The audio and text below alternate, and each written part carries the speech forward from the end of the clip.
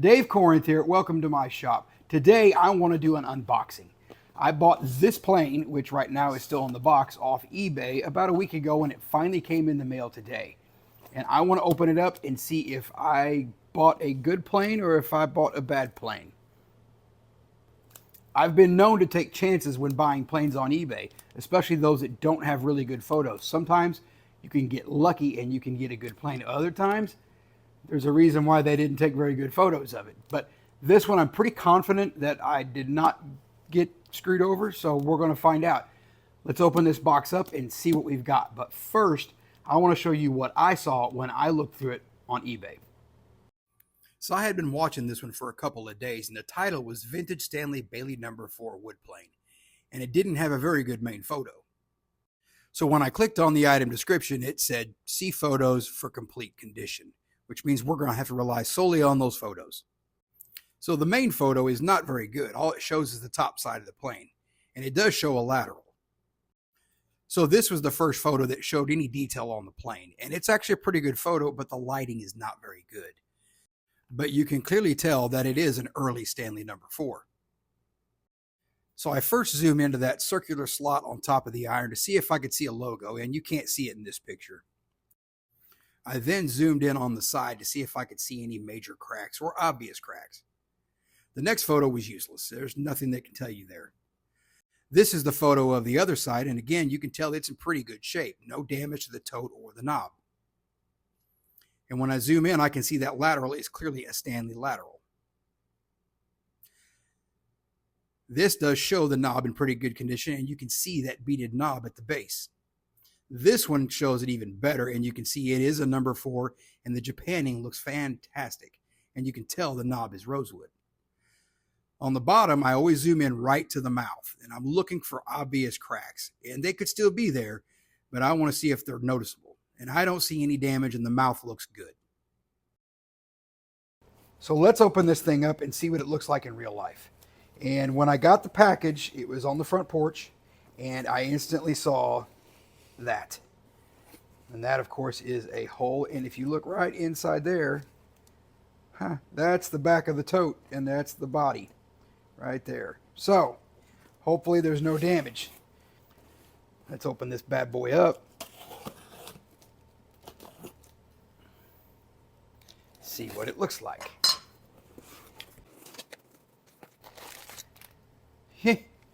Yeah, not packaged the greatest. But I don't see any damage. All right, so let's get a closer look at this thing. So here it is in the flesh, or should I say in the cast iron. Looks good. This is the part that was sticking out of the box.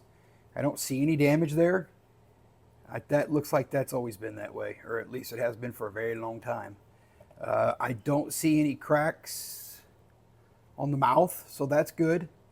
I mean, there could be one, but once you get the sole lapped, you'll definitely find out if there is one, but it doesn't appear to be one at all. That mouth looks really good, as does the rest of the sole, minus the mandatory paint that is applied to all old antique planes anytime you get one.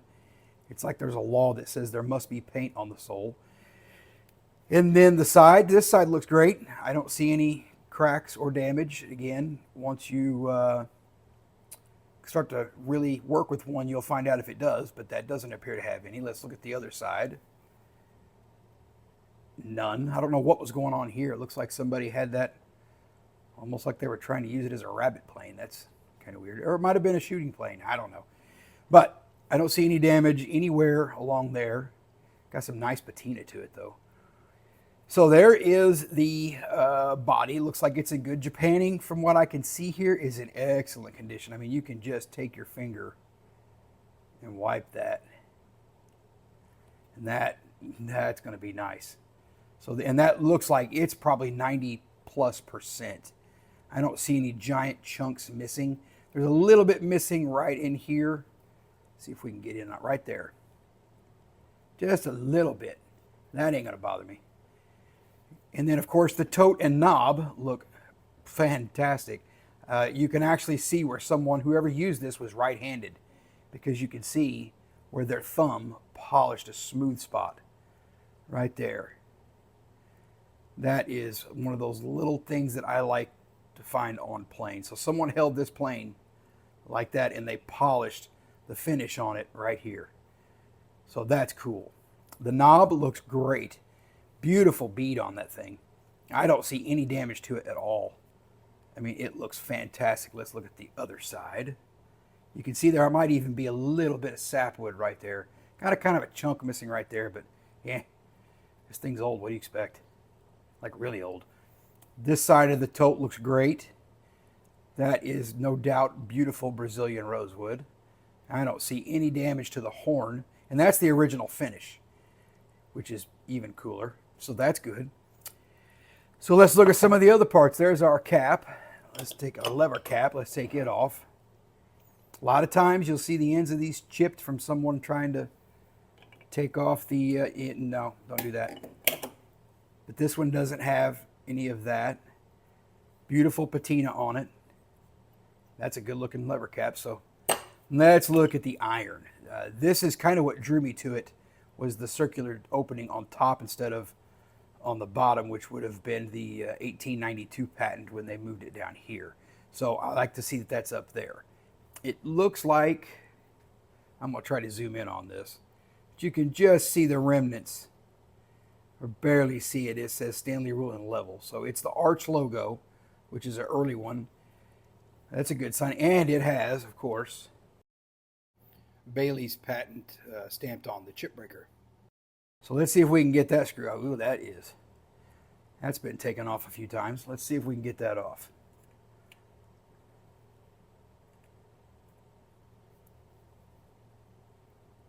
Oh, that came off easy. Oh, good deal. Now, anytime I take these apart, the first thing I'm going to look for is the back side of this iron. The edge looks good. Oh, you can't ask for anything better than that. There's no pitting. Someone has, at one time, attempted to lap this. Not much, but you can see where they worked on it. So that's a good sign. That means I may not have to do as much when I go to lap this thing. Still has its original, nice 100-year-old sawdust in there. Has its original gun blue on the backside of the chip breaker. Chip breaker's in excellent condition. That's a good clear stamp there too. I like to see that. And this has not been modified. Sometimes some people will curl these ends over. I don't know why they do that, but sometimes they do. I guess if you had a iron that was shaped like a scrub plane, you might want to make the chip breaker match, but I don't. Scrub planes don't do that anyways. So iron and chip breaker and lever cap look great. A little bit knurled up there, but what do you expect? And there is the frog. I was really expecting to see that not to be there. I kind of thought this might have been a Type 5, but it doesn't appear to be a Type 5. Probably a Type 6 from what I can see. And in the photos, and I think it was facing this way, and it was facing about like that, and I thought maybe that little spot right there was an S, which would have made it a Type 7. This one looks like it's probably a Type 6. The iron doesn't match a Type 6. That would have been used on a Type 5, but that's okay. That stuff bled over from year to year. This has never been messed with. You can see it still has some of the Japanning. Stanley, when they would Japan these, they would Japan the part first and then do all the machining and grinding. So it's not uncommon to see Japanning on top of the frog. And you can see clearly that is Japanning. Let's see if it's got right or left hand threads. So if I were to push down here, that would advance the yoke forward if it has left hand threads. And it does not. So this is definitely an earlier one because it has right hand threads, which can really throw you off if you're used to planing and pushing down to advance the iron, and it actually comes up. And then if you have to pull it up to advance the iron. So yeah, these are right hand threads, which I think that would put that Type 6 in earlier. So we're on the right track as far as the types Maybe even a type 5. I don't know. Somewhere on the screen, I'll put a little asterisk and a correction. But looks like it's in great shape. Well, that's on there tight. Let's see if I can get that off.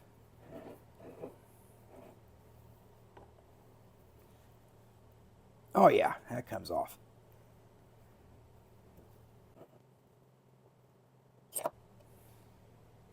Ooh, that's in good shape. A lot of times you'll see these will be all mauled up from screwdriver use. This one's in really good shape, so very happy with that. Should I take the frog off? What do you guys think? Let's try it. See what happens. I got to see what's under there. Oh, that is on there. Okay, so let's try this one. Maybe we'll get lucky. Nope, that one's on there too.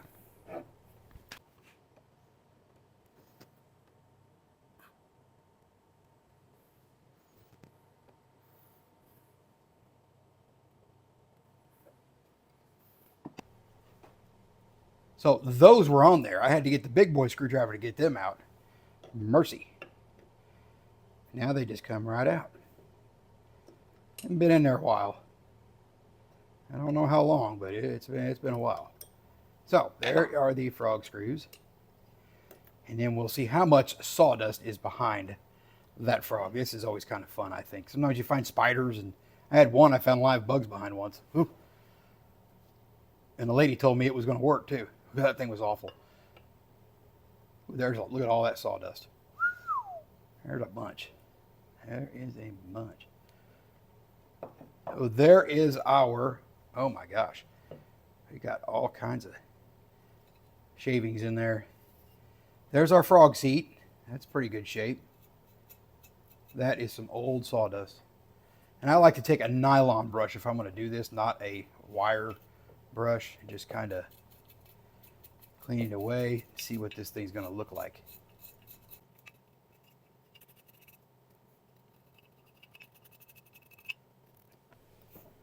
So I didn't get all the sawdust out of there, but I got most of it out.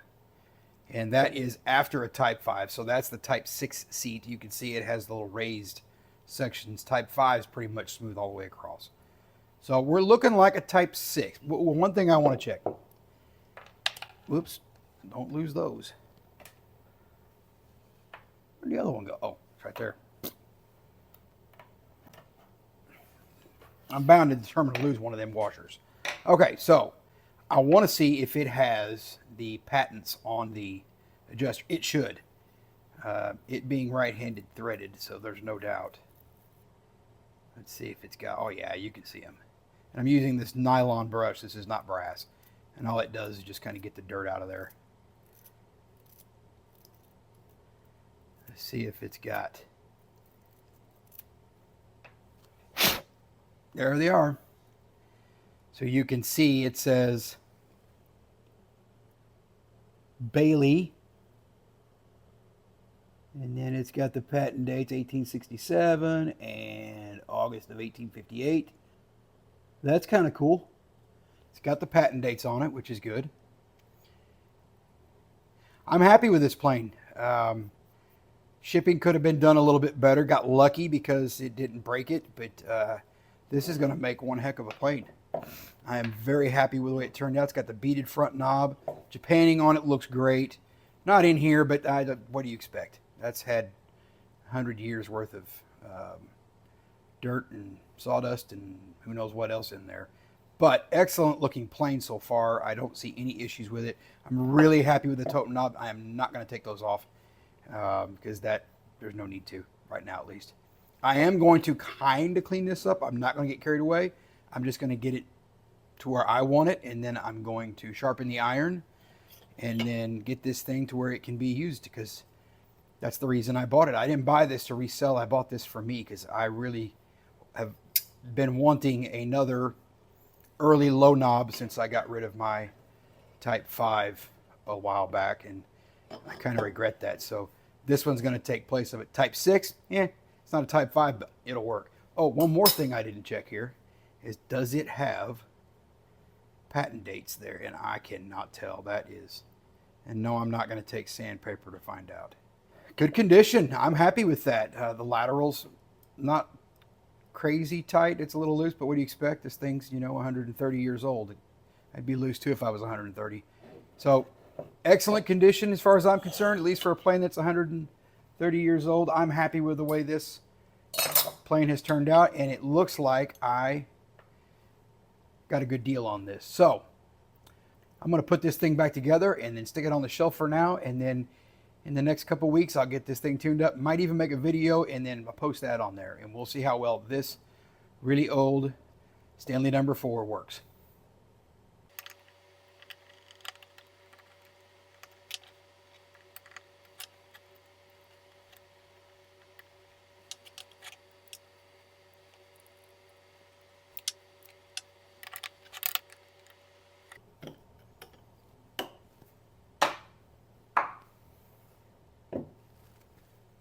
So I think I came out good on this one. The seller was asking $69 for it. I offered him $50. They took it. And of course, with the shipping and handling, I'm into this thing about $65. And I'm happy with that. To get a very early Stanley No. 4 with no damage of any kind that's significant that you can see yet, I think I came out ahead on this one. And to get one for that price, I think that's a pretty good price to get one. So I'm going to get this thing mildly cleaned, nothing crazy. Certainly not going to media blast it and then shiny all the parts up. I'm going to leave the patina on this one because it's earned it. And it's been in this shape for a long time. It's made it 130 some odd years, almost 140 years without anyone messing with it. And it's going to make it a little while longer without anyone messing with it too much. Because I am going to sharpen it. I am going to make it one that I can use. So I got lucky this time. I don't always get lucky. I get them home sometimes and I find cracks in them and other things. And sometimes you just got to learn to take the losses as well as the victories. And I call this one a victory. So thank you for watching. I'm going to start doing this pretty regularly. Anytime I buy a plane on eBay or at an auction or at an antique mall, I'll bring it home, tell you guys what I paid for it, and then you can tell me whether you think I did good or not. Thanks for watching. Comment, like, and subscribe, and I'll make more.